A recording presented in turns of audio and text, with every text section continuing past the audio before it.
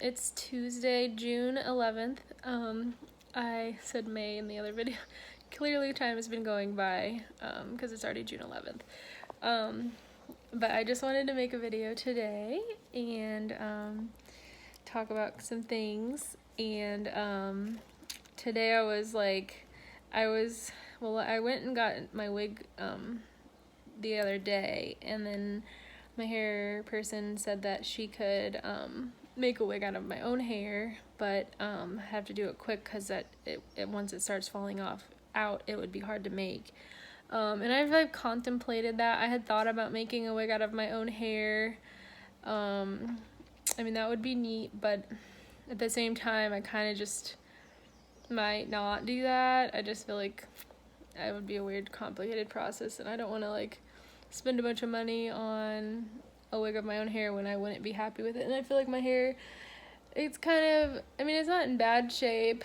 It's pretty good, but it's a little damaged and everything. And then I don't know how they would make the wig, cause this piece of hair is in the front of my face, and I don't know if they would, cause it's shorter, but I don't know if they would know to where to put the hair, and my hair underneath is darker and the hair on top is lighter. So I think I'm just too much of a perfectionist, and particular, I just know myself too well that if I were to cut my hair off and send it to somebody to make a wig, and then I would get it back and spend $500 or however much it costs, and I wouldn't be happy with it, it would just be worse than just, so I'm just kind of no.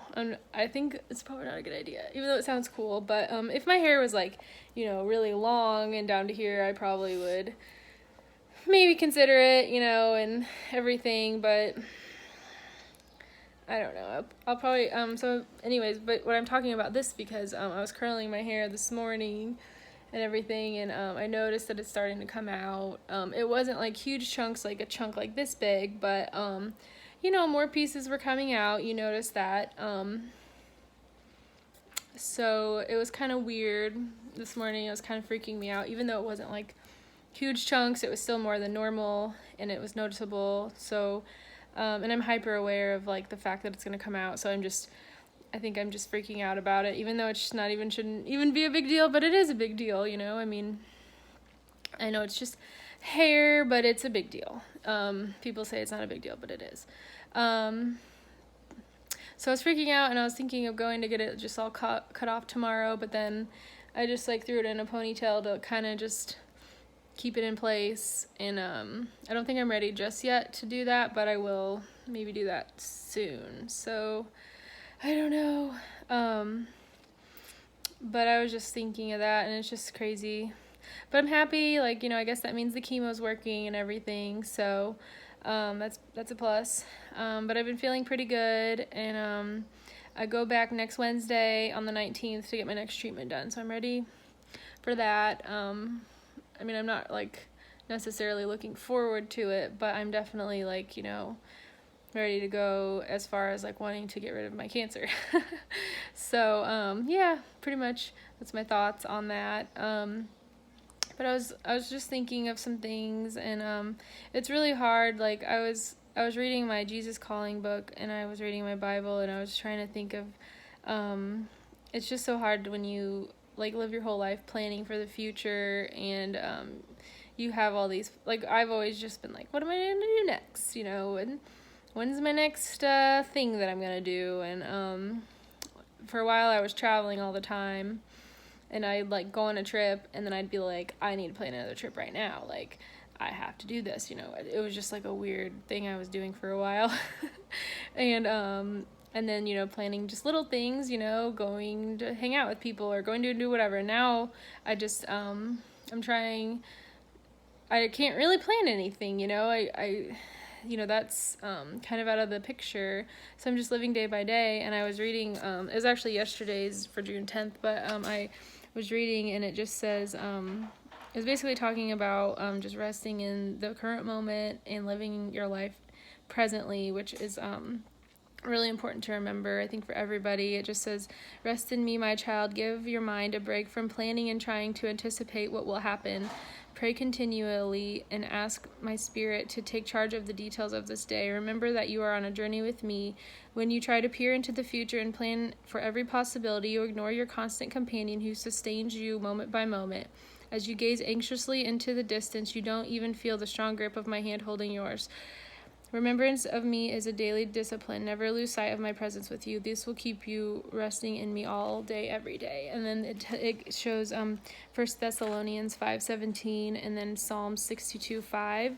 And I looked both of those verses up, and the 1 Thessalonians 5:17 is actually, it's funny because I have both of these verses highlighted already in my Bible, and I've been finding myself like coming back to these same verses and that keep getting repeated to me. Like last week when or a couple days ago when I listened to a sermon, it was highlighted in 2 Corinthians, and I had already had highlighted these things. So it's just interesting. Like there's been moments where I've been studying the Bible, and even like years ago where I have studied and I've found little gems in here that I've highlighted and really things that have really spoken to me personally, and then I come back to them and they've already been things that other people have highlighted and everything. So the 1 Thessalonians 5:17 is it just says, rejoice always, pray continually, give thanks in all circumstances, for this is God's will for you in Jesus Christ. So just a gentle reminder, I try to pray all the time, and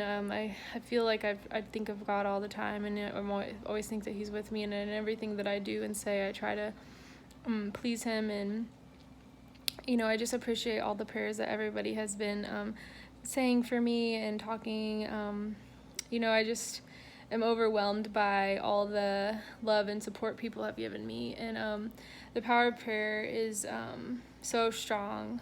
And my brother had a person say a prayer for me the other day, and he actually recorded it and sent it to me, and it was very, very powerful, and it was just talking about being healed and everything, and it was just very helpful. And I think that it's a different feeling when you have somebody else pray for you versus when you pray for yourself, because it's just I don't know, I just think that that just makes you feel that much more spiritual, and also grateful that other people actually are doing that and care for you, and it just makes you just feel very overwhelmed and full.